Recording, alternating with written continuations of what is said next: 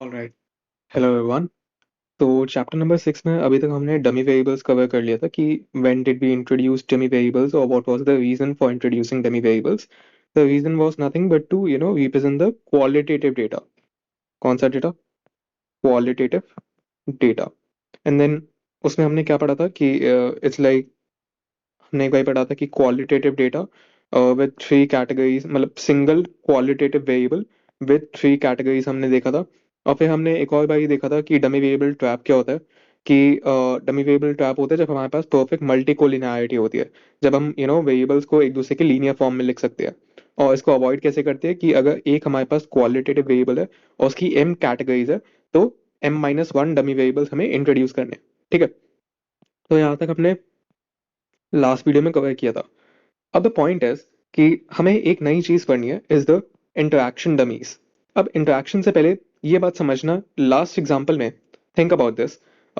हमने last class में एक एग्जांपल पढ़ा था विच सेज कि okay, this is another example but let's take this example of yes, male and female food expenditure. अब इस एग्जांपल में हमने क्या देखा था कि जो डमी वेरिएबल था हमारा, जैसे हमने दो हमारे एक क्वालिटेटिव वेरिएबल है जिसकी दो कैटेगरीज है, मेल और फीमेल। तो हमने एक डमी वेरिएबल इंट्रोड्यूस किया था DI। ओके। DI वैल्यू 1 लेता था अगर फीमेल हो एंड 0 लेता था अगर मेल हो। इस मेल को हम क्या कहते थे? हमारी बेंचमार्क कैटेगरी। ओके। सो ये जो डिफरेंशियल इंटरसेप्ट था, ये हमें क्या बताता था? डमी वेरिएबल का जो कोफिशिएंट था, लेट्स से β2 D2। ठीक है, ये जो था ये डिफरेंशियल बताता था कि मेल के एवरेज फूड एक्सपेंडिचर थे, फीमेल का एवरेज एवरेज फूड एक्सपेंडिचर कितना कम है। ठीक है। और ये चीज मतलब ये दोनों पैरेलल लाइंस हमारे पास मिल गई थी। Alright. But the point lies इन, उसके बाद की इंटरप्रिटेशन क्या थी कि ये जो XI हमारी आफ्टर टैक्स इनकम है, अगर after tax income let's say मैं $1 मेल को देता हूँ, तो उस $1 का 0.05 सेंट्स मेल अपने फूड पर खर्च करता है, और वही $1 अगर मैं फीमेल को दूं, तो फीमेल भी उसका $0.05 अपने फूड पे स्पेंड करती है।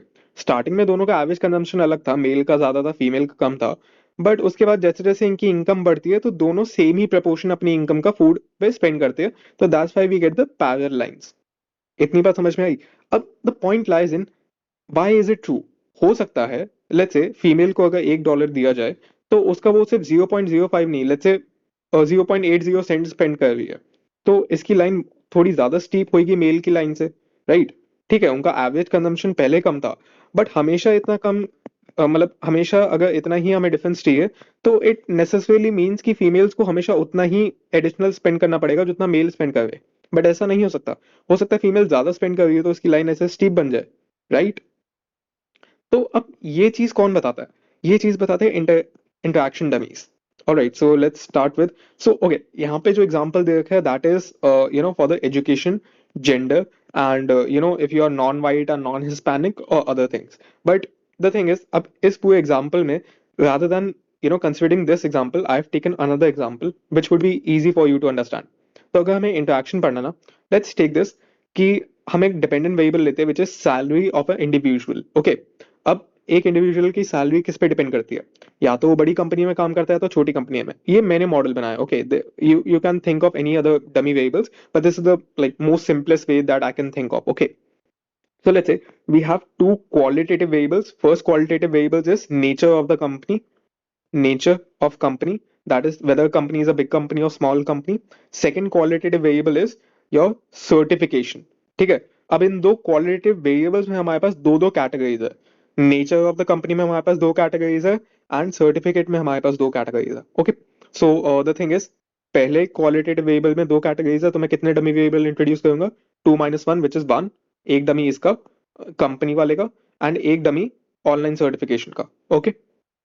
Alright, so let's see, D2 कहता है कि या तो बंदा बड़ी कंपनी में काम कर सकता है या तो छोटी कंपनी में। ठीक है, या तो इंडिविजुअल बड़ी कंपनी में होगा या तो छोटी कंपनी में। सेकंड, या तो इंडिविजुअल के पास ऑनलाइन सर्टिफिकेशन होगी, लेट्स से कोडिंग की या एनिमेशन की, या तो उसके पास ऑनलाइन सर्टिफिकेशन होगी या तो नहीं होगी। ऑलराइट, तो सैलरी इस पे डिपेंडेंट है। सो लेट्स टेक, तो यहाँ पे हमारी बेस कैटेगरी क्या होगी? Small company. और यहाँ पे बेस कैटेगरी क्या होगी? No certification. ओके। अब लेट्स से मैंने ये मॉडल कंसीडर किया that salary of an individual is equals to β1 plus β2 D2I plus β3 D3I plus EY।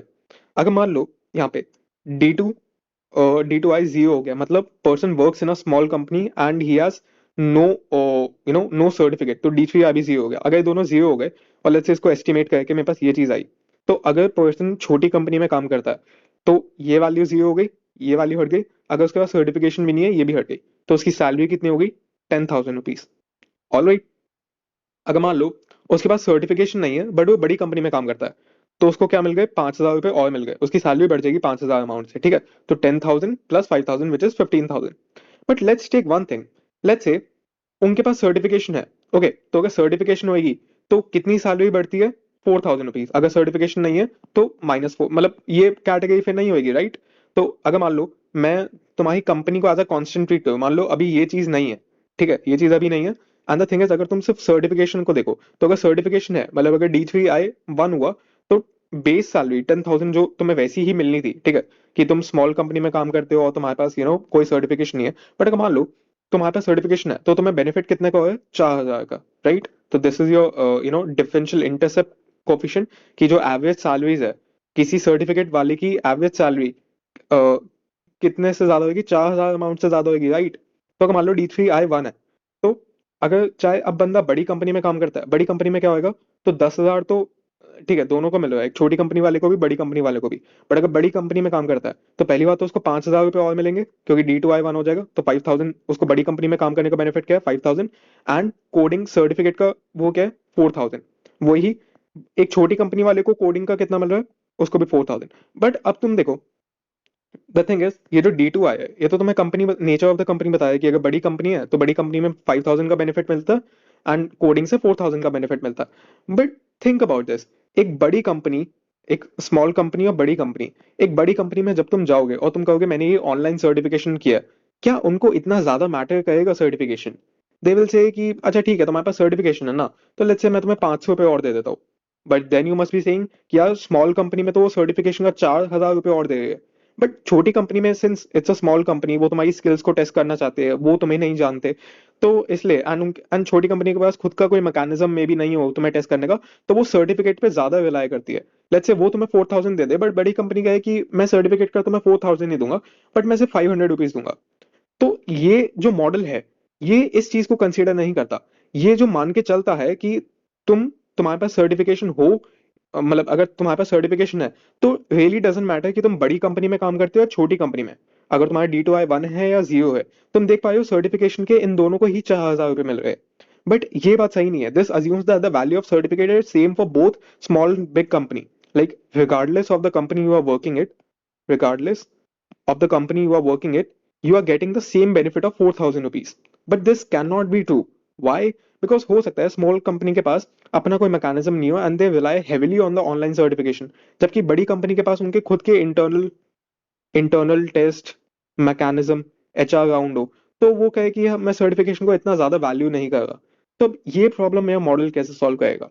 क्योंकि दिस टू अज्यूम्स कि this is independent from this, मतलब certification is independent की whether you work in a big company और small company. Alright. सो अब इसको कैसे solve करते हैं? इसके लिए what is the big companies value certificate ₹5,000, मतलब 500 रुपीज, की बड़ी कंपनी तुम्हें सर्टिफिकेट का सिर्फ 500 रुपए दे रही है और छोटी कंपनी 4,000 रुपए दे रही है। इसको वापस समझना कि जब तुम छोटी कंपनी में थे, तो पहली बात तो छोटी कंपनी का बेनिफिट ये था, राइट, छोटी और बड़ी कंपनी का, कि अगर तुम बड़ी कंपनी में हो तो 10,000 तो तुम्हारी बेस सैलरी थी, बड़ी कंपनी में हो तो 5,000 और मिल जाएगी, और छोटी कंपनी में हो तो 5,000 रुपए नहीं मिलेंगे। That's all right. ठीक है, तो ये आ गई तुम्हारे पास। बड़ी कंपनी में तुम्हारे 15,000 रुपये मिल रहे हैं और छोटी कंपनी में 10,000 रुपये मिल रहे हैं। अब बात आती है, तो ठीक है, इतना क्लियर हो गया। अब बात आती है सर्टिफिकेशन की। बड़ी कंपनी में तुम्हारी सैलरी क्या थी? 15,000। छोटी कंपनी में क्या थी? 10,000। अज्यूमिंग कि तुम्हारे पास अभी तक कोई सर्टिफिकेशन नहीं है, तो D3I जीरो है, राइट। तो बड़ी कंपनी में सैलरी 15,000 थी, छोटी कंपनी में 10,000। अब मैं कहता हूँ अगर तुम्हारे पास सर्टिफिकेशन आ गई, तो बड़ी कंपनी में 4,000 मिलेंगे तुम्हें और छोटी कंपनी में भी अब 4,000 मिलेंगे। But this can not be true, right. बड़ी कंपनी में हो सकता है मुझे सर्टिफिकेट के कम पैसे मिले, ओके। तो अब इस चीज को मैं कैसे सॉल्व करूंगा? Hence we need a interaction between two dummy variables. Interaction कैसे? कि अब मुझे सिर्फ इनका एडिटिव नहीं जानना, बल्कि अब मुझे इन दोनों का इंटरेक्शन लेना है। इंटरेक्शन मतलब इन दोनों का मल्टीप्लाई, डमीज का मल्टीप्लाई, D2I इंटू D3I, ठीक है, to you know rectify this, that कि ये जो इंडिपेंडेंट था, कि चाहे बड़ी कंपनी हो छोटी कंपनी हो, इन दोनों में सर्टिफिकेट की वैल्यू है। To rectify this I need a interaction dummy which is D2I into, ये इंटू है मतलब डॉट मतलब मल्टीप्लाई में।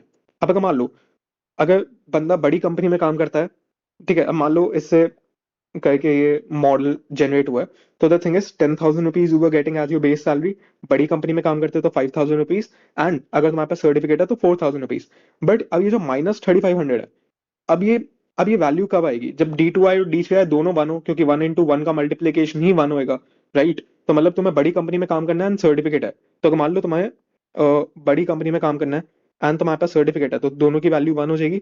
तो वन हुई मतलब 10,000 प्लस 5,000 किसके? बड़ी कंपनी के काम करने को मिल रहे थे, प्लस 4,000 सर्टिफिकेट के, -3,500। क्योंकि अब कंपनी कहेगी कि ठीक है, तुम बड़ी कंपनी हो, तुम बड़ी कंपनी में काम करते हो, तुम्हारे पास सर्टिफिकेट भी है, बट मैं तुम्हारे सर्टिफिकेट को अब इतना वैल्यू नहीं करता। तो अगर तुमने अब यहाँ पे 1-1 रखा, तो now that you are in a big company and you have the certificate, तो the benefit now that you are getting is 9,000 -3,500।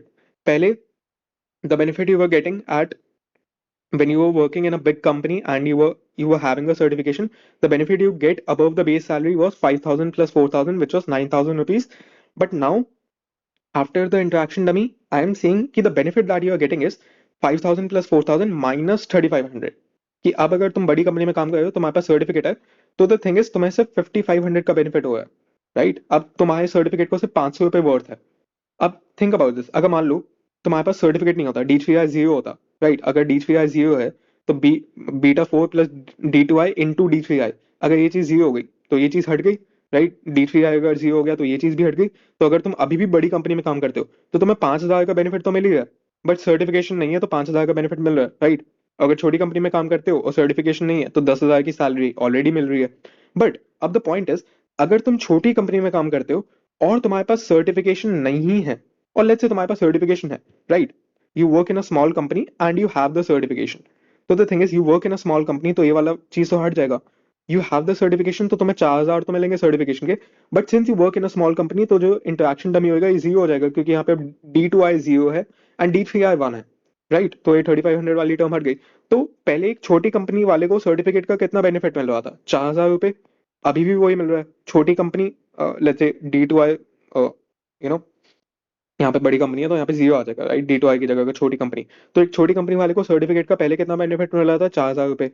अब कितना मिल रहा है? अभी भी 4,000 रुपये।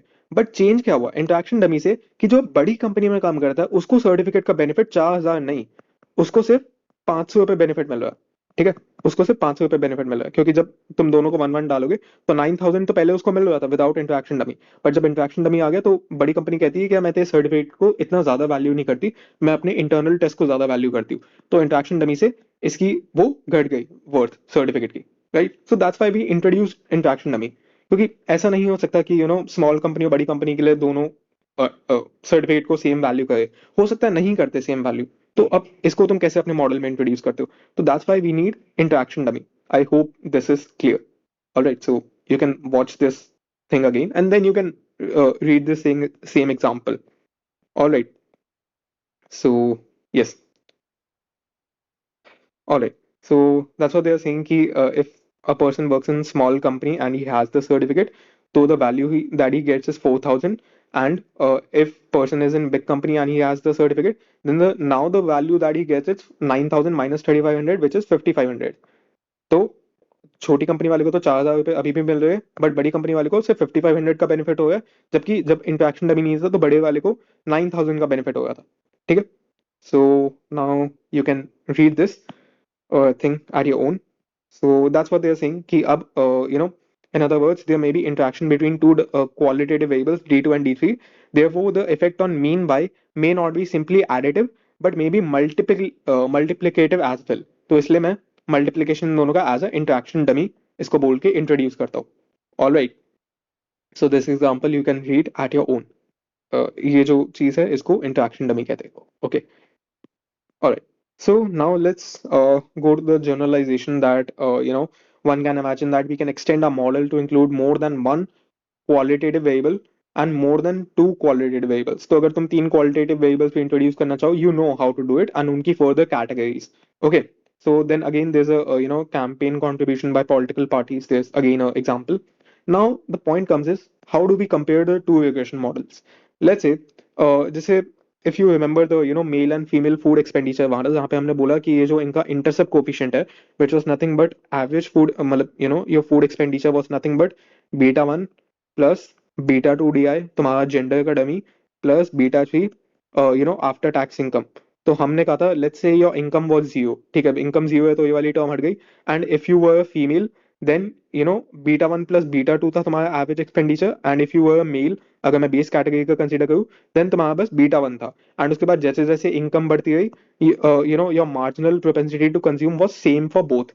But again now the problem is, क्या $1 जब तुम मेल को दोगे, लेट्स से $1 तुमने मेल को दिया है, फीमेल को दिया, और लेट्स से $1 छोड़ो, लेट्स से 100 की बात करते हैं, लेट्स से तुमने $1000 मेल को दिए, $1000 फीमेल को दिए, और मैं दोनों कहूँ कि ठीक है, जब तो इन दोनों की इनकम जीरो थी, तो फीमेल स्पेंड कर रही थी let's say ₹500 on a food, and male spend कर रहा था rupees let's say 700 on his food.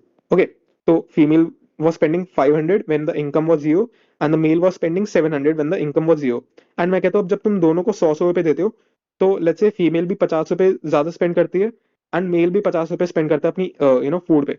और ऐसे ऐसे जब तुम 100 रुपए बढ़ाते जाओगे तो ये दोनों सेम ही स्पेंड करते हैं, तो then you get the parallel lines. But अगर मैं बोलूँ इन दोनों का स्टार्टिंग एवरेज एक्सपेंडिचर अलग था, बट अगर तुम फीमेल को 100 रुपए देते हो तो वो उसमें 70 रुपए स्पेंड करती है, जबकि मेल से 50 रुपए स्पेंड करता है।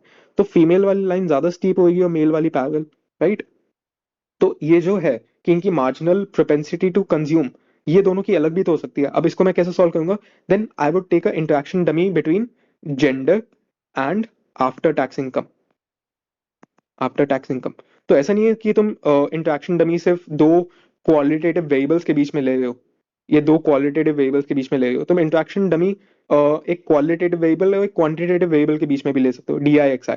जब तुम्हें जानने की है इनकम और जेंडर का इंटरेक्शन है, ठीक है, अगर तुम्हें इन दोनों का इंटरेक्शन टर्म जानना है, तो then you can take the dummy. Now the thing is, now if you look the mean food expenditure for males, अगर तुम डी आई को जीरो डालते हो, अगर डी आई यहाँ पे जीरो है, यहाँ पे जीरो है, ठीक है, तो मेल्स का क्या हो गया, ये वाली लाइन आ गई कि beta one is the average expenditure when income was zero, and जैसे जैसे तुम इनकम बढ़ाते हो तो the marginal propensity to consume is beta three. अगर मान लो यहाँ पे मैं वैल्यूज लू लेते, this was 100 plus 50 X I, तो I am saying when income was zero, तो मेल का average food expenditure was 100, and जैसे जैसे इनकम उसकी बढ़ती है तो वो 50 रुपए उससे खर्च करता जाता है। बट अब क्या हुआ, अब अगर तुम डीआई को वन लेते हो, अगर मान लो डीआई को वन लिया, तो यहाँ पे वन हो गया। ये चीज भूल जाओ, पहले वाले मॉडल में जब हमने डीआई को वन लिया था तो क्या हुआ था, फीमेल का एवरेज फूड एक्सपेंडिचर कितना हो गया था, beta one plus beta to, right. But इस इंटरेक्शन डमी से हुआ क्या, जब डीआई वन हो गया, तो अब ये जो एक्स आई है, अब थिंक अबाउट दिस, ये वाला मॉडल आ जाएगा तुम्हारे पास, राइट। जब तुम डीआई को वन लोगे तो एक्स आई कॉमन आके ये चीज हो जाएगी, तो beta one plus beta to तो हमारे पास पहले भी था। बट ये जो मार्जिनल प्रोपेंसिटी टू कंज्यूम दोनों की सेम थी, अब फीमेल की मार्जिनल प्रोपेंसिटी टू कंज्यूम बदल गई, it's beta three plus beta four, ठीक है। तो मेल अपनी इनकम का एक अलग प्रपोर्शन स्पेंड करता है, फीमेल अपनी इनकम का अलग प्रपोर्शन स्पेंड करती है। जबकि पहले में हमने अजम्पशन क्या ली थी कि हाँ, इन दोनों का स्टार्टिंग एवरेज फूड एक्सपेंडिचर अलग है, बट उसके बाद जैसे जैसे दोनों की इनकम बढ़ती है तो दोनों दोनों सेम अपनी इनकम का ही प्रपोर्शन फूड पे स्पेंड करते हैं। बट ऐसा जरूरी नहीं है, हो सकता है फीमेल ज्यादा स्पेंड करती हो मेल से। तो द थिंग इज, अब ये चीज, इसको हम क्या बोलते हैं, beta two was the differential intercept coefficient, कि ये मुझे बताता था कि एवरेज हमारा जो एक्सपेंडिचर था वो मेल और फीमेल का कितने से बदला, राइट। तो this was the differential slope, sorry, differential slope coefficient, okay, differential intercept coefficient. But now we call beta four, अब ये जो बीटा फोर है, इसको मैं बोलता हूँ डिफरेंशियल स्लोप कोफिशिएंट। कि ये जो हमने चीज डिस्कस की थी, differential intercept coefficient was beta two, जो मेरा डमी वेरिएबल का कोफिशिएंट था। बट जो डिफरेंशियल स्लोप इंटरसेप्ट देखा जाए तो बीटा फोर एक्चुअल में अगर मान लो बीटा फोर नहीं होता, तो यहाँ पे भी अगर मान लो बीटा फोर जीरो होता, तो even this term would be beta three x I. And the thing is, यहाँ पे भी मेल्स के लिए भी बीटा थ्री एक्स आई, तो इन दोनों की स्लोप तो सेम ही थी, बट फीमेल्स वाले की स्लोप बदल कौन रहा है? तो ये जो दो वेरिएशन लाइन है, अब ये स्लोप कैसे बदली, that is with the beta four. तो जो इंटरेक्शन डमी का कोफिशिएंट है, that is known as differential slope coefficient. Let's say let's take the values, कि यहाँ पे जो अगर फिट होके आई है, let's say this is 100 plus this is 50 D I, plus this is let's say again 50 D I, and this is plus 100 D I x I. Alright, this is the model. अब इसको interpret कैसे करेंगे? Think about this, कि अगर let's say person is male, D I is zero, ठीक है, D I is zero, तो यहाँ पे ये चीज हट जाएगी। सॉरी, यहाँ पे एक्स आई होना है, यहाँ पे it is x I. Alright, so the thing is अगर पर्सन इज मेल तो ये डी आई वाली टर्म यहाँ से कट जाएगी, एंड अगर डी आई जीरो हो गया तो इंटरेक्शन डमी का वो भी जीरो हो जाएगा, क्योंकि इंटरेक्शन क्या है, फॉर फीमेल। ओके, तो डी आई जब जीरो हो गया तो ये वाली टर्म भी हट गई, ये वाली टर्म भी हट गई, तो मेल का क्या आ गया, 100 + 50 XI। तो मतलब मेल का average food expenditure is 100 when the income is zero, and जैसे जैसे इनकम अगर 100 रुपए बढ़ रही है तो उसका 50 रुपए वो अपने फूड पे खर्च कर रहा है। ठीक है, ये इसकी इंटरप्रिटेशन हो गई। But let's say if D I is equals to one, अगर मान लो डी आई वन होता, यहाँ पे वन आ जाता, तो अब फीमेल का एवरेज फूड एक्सपेंडिचर कितना, 150 प्लस डी आई जब यहाँ पे वन है, तो अब अगर मान लो यहाँ पे वन हो गया तो अब ये क्या आ गया, 50 XI प्लस 100 XI, अगर एक्स आई कॉमन लोगे तो ये आ जाएगा 150 XI। तो 150 क्या है? मतलब मेल्स का जब इनकम जीरो थी तो average food expenditure was 100, females का एवरेज फूड एक्सपेंडिचर इज 150। ठीक है, इतना तो हमें पहले भी पता था कि जब ये इंटरेक्शन टर्म नहीं थी। बट अब चेंज क्या हुआ कि मेल में यहाँ पे 50 XI था, जबकि यहाँ पे इट इज 150 XI। तो मतलब अगर तुम फीमेल की इनकम लेट्स से 1000 रुपीज से बढ़ाते हो, तो मतलब या तो अगर तुम एक्सआई लेट्स से एक्सआई से तुम 1000 रुपये से बढ़ाते हो, तो द थिंग इज उसका एक 150 रुपया फीमेल अपने उस पे लेट्स से स्पेंड कर रही है, ठीक है, अपने फूड पे। ऑलराइट, तो मतलब जो इनका प्रोपोर्शन है स्पेंड करने का वो सेम नहीं है।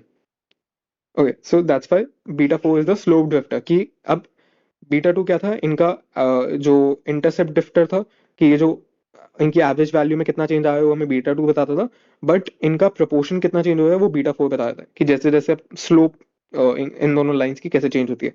Okay, so that's what they are saying, beta 1 plus beta 2 just gives the mean value of y for the category that receives dummy value 1 when x is 0, and beta 3 plus beta 4 gives the slope coefficient of income variable for the category that receives the dummy value of 1.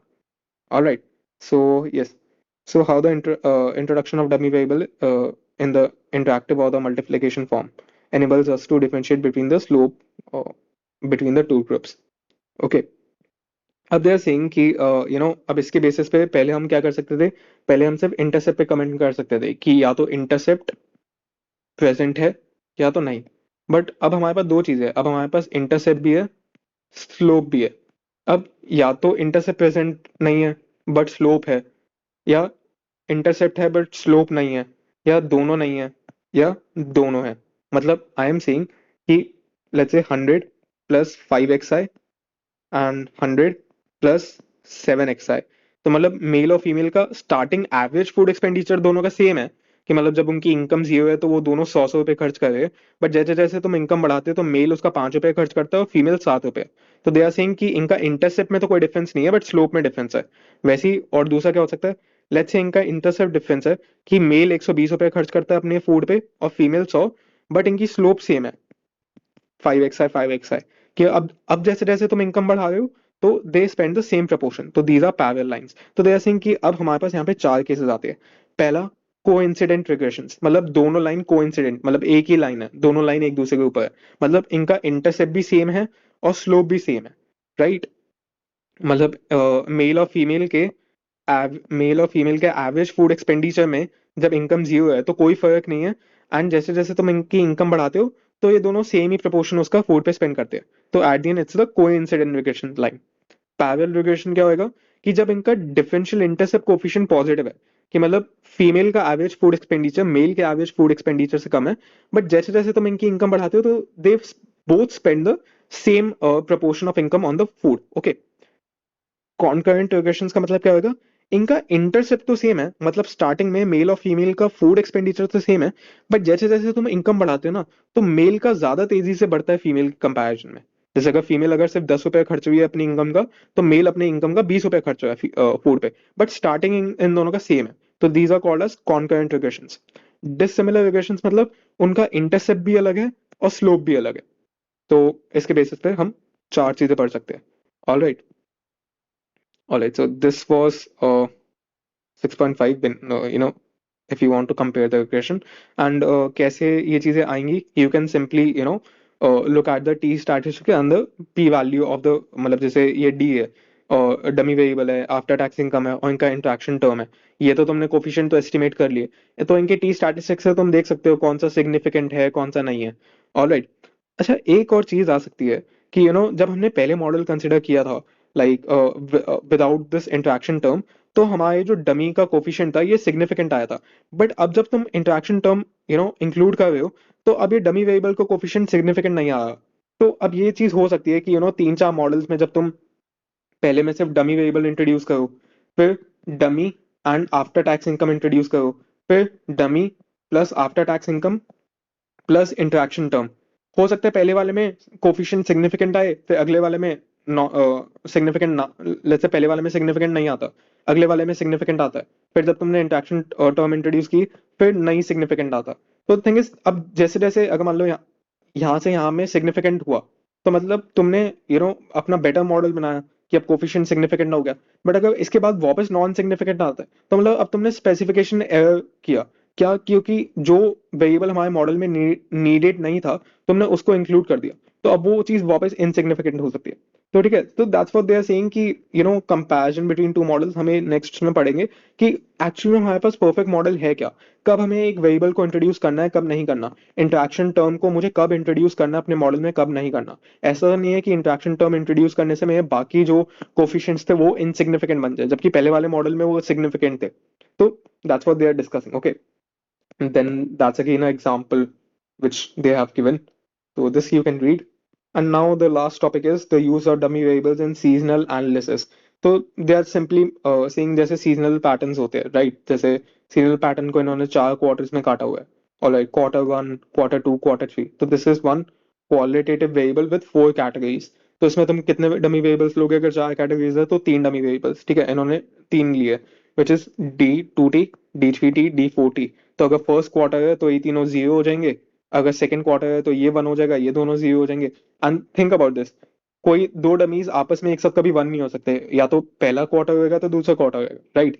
क्योंकि ये एक ही quantitative variable की 4 categories है, ये अलग quantitative variables नहीं है, एक ही क्वांटिटेटिव वेरिएबल्स की 4 कैटेगरीज है। Alright, so that's what they have discuss. अब अगर यहाँ पे बीटा 2 और बीटा 3 बीटा 4 का हमें इंटरप्रिटेशन जानना हो, तो दे आर सेइंग अगर तुम D2 टी को वन रखते हो, मतलब सेकंड क्वार्टर में फर्स्ट क्वार्टर के बराबर B2 सेल्स ज्यादा हुई है। अगर तुम D3 को वन रखते हो, तो फर्स्ट क्वार्टर में जितनी सेल हुई थी, थर्ड क्वार्टर में B3 उससे ज्यादा हुई है, राइट? अगर तुम सबको जीरो रखते हो तो ये तुम्हें बेस कैटेगरी की सेल्स दे देगा। Alright, so that's what, and then they have estimated the model, उनके टी स्टैटिस्टिक्स दिए हुए हैं। Alright. So yes, 6.7 is not in the syllabus, and with this, chapter number 6 is over. Yes, I hope interaction term is clear to you. And then ये मैंने book का ही like proper cover किया, तो then you can read क्योंकि इसमें mostly examples ही है. Alright, so now chapter 6 is covered. Thank you.